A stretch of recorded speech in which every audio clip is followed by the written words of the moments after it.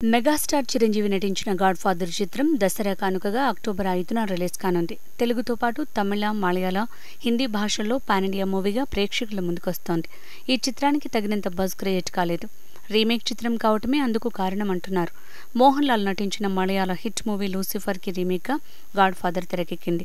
Straight చిత్రాలతో పోల్చుకుంటే remake చిత్రాలతో మెప్పించి హిట్ కొట్టడమే కష్టం. ఒరిజినల్తో పోల్చుకుంటూ ఇంకా ఎక్కువ క్వాలిటీని ప్రేక్షకులు ఆశిస్తారు. హీరో పర్ఫార్మెన్స్లోనూ హై ఎక్స్పెక్టేషన్స్తో థియేటర్స్కి వెళ్తారు. ఇంత క్లిష్టమైన రీమేక్లలో కూడా మెగాస్టార్ చిత్రం తన టాలెంట్తో బ్లాక్ బస్టర్స్ని ఇచ్చారు. ఘరానా మొగుడు, ఠాగూర్, ఖైదీ నెంబర్ 150 లాంటి చిత్రాలు ఒరిజినల్ మూవీస్ని మించి భారీ కలెక్షన్స్ని సాధించాయి. కానీ గాడ్ ఫాదర్ కాలానికి టెక్నాలజీ అందుబాటులోకి వచ్చేసింది. చిరంజీవి రీమేక్ చేస్తున్నారని తెలిసిన తర్వాత ఓటీటీలో లూసిఫర్కి వీక్షకుల సంఖ్య బాగా పెరిగింది. థియేటర్లకి వచ్చేది యూత్.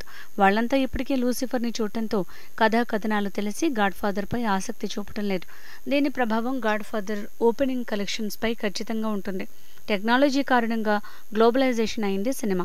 ఈ నేపథ్యంలో రీమేక్లు సేఫ్ కాదు. టాలీవుడ్కి సంబంధించినంత వరకు గాడ్ ఫాదర్ చిత్రంతోనే రీమేక్లకు ఫుల్ స్టాప్ పడినా ఆశ్చర్యపోనక్కర్లేదు.